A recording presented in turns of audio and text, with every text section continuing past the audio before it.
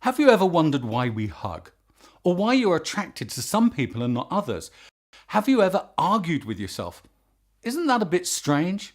Well, it turns out that it's not that strange at all. Science shows us that the same part of the brain that lights up when we think about other people also lights up when you think about yourself in the future. In your mind, you literally consider your future self as a different person. The science that is psychology has given us the answer to questions like these and many others.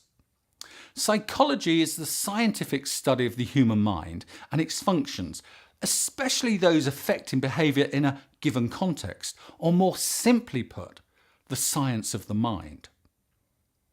The psychology that captures the imagination is tied to what touches our lives, like how does my childhood experiences affect me as an adult?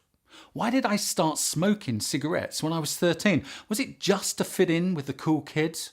And what makes one man a psychopath and the other man, who is essentially the same, a surgeon? And what is normal anyway? Psychology is much broader than just this. It is concerned with all the behaviours of humans and animals. In addition, psychology has a history and it has different divisions or disciplines, and it combines many different concepts, scientific principles and philosophical arguments. In this series of videos, we will introduce you to all of these areas and answer some of the important questions along the way. Let's start with why psychology is so popular. Well, psychology is popular because it is essentially about us, people, you and me. It tries to understand the impact of our society on our individual ways of thinking and behaviour, and the impact of our individual ways on society. Even if you haven't studied any psychology, you will probably already know some. Just think about a journey you have made today. How many times did you stop at road junctions and not just drive into oncoming traffic? Or as a pedestrian, did you cross the road at a designated crossing? Or, here's the big one, have you recently paid your tax bill? If you have obeyed some sort of invisible authority figure. You have conformed to what the majority of us do. We all obey rules. Psychology asks why. Well, if you are sceptical, you might say that we all do these things anyway because it benefits us to do these things. But we weren't always like this. Man didn't start out obeying rules or cooperating in big societies. So primitive man was hostile and aggressive, antisocial, not pro-social. Imagine a society in which you walk into the cinema, this great big room with 200 strangers, and they're all out to kill you. Life becomes impossible. So that we could lead safe lives away from physical danger and emotional trauma, it's important that our ancestors learnt to cooperate and obey rules. In this way, modern man can live in safety and we can walk into a room safe in the knowledge that no one immediately will try and kill us. In other words, we can get on with our day-to-day lives.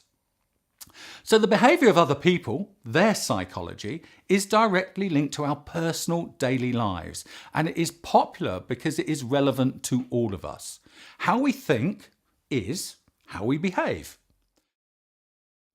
Psychology permeates our whole society. Most people know who Freud was and have a basic knowledge of one or two of his ideas. For example, his ideas on sexual behaviour, or know what it is to make a Freudian slip, where subconscious thoughts spill out accidentally into our speech.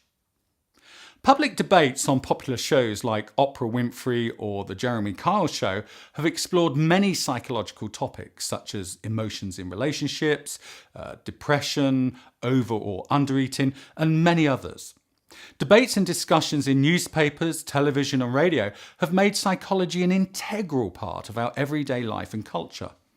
More recently, the internet has meant that a huge amount of information is available for download or online viewing. So the more accessible the information about psychology is, the more people are keen to engage in its principles and better understand their own behaviour and that of their friends, colleagues and family. Let's return to the idea that psychology has social impact. An example of this would be Islamophobia, bullying, or the psychology of street gangs. Social impact possibly explains the surge of interest in psychology more than any other aspect.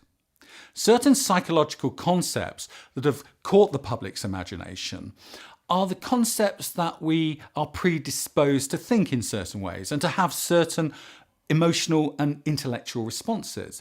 For example, our fight or flight response, or our predisposition to want to care for and protect all children, not just our own. Other examples of psychological concepts in the public's consciousness or imagination are the concept of different types of memory.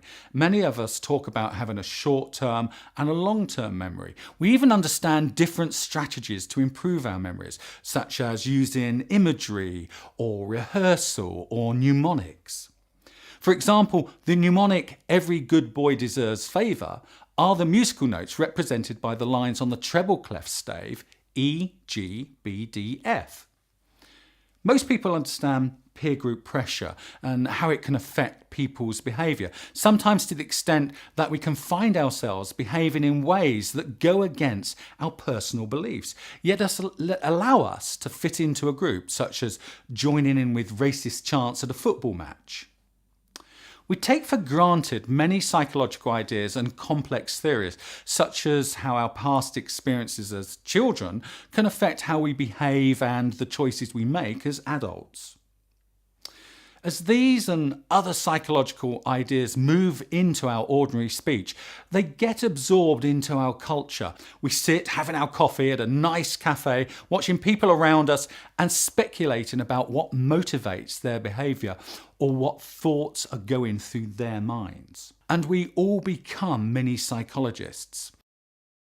Yeah, I guess we're all Freuds now.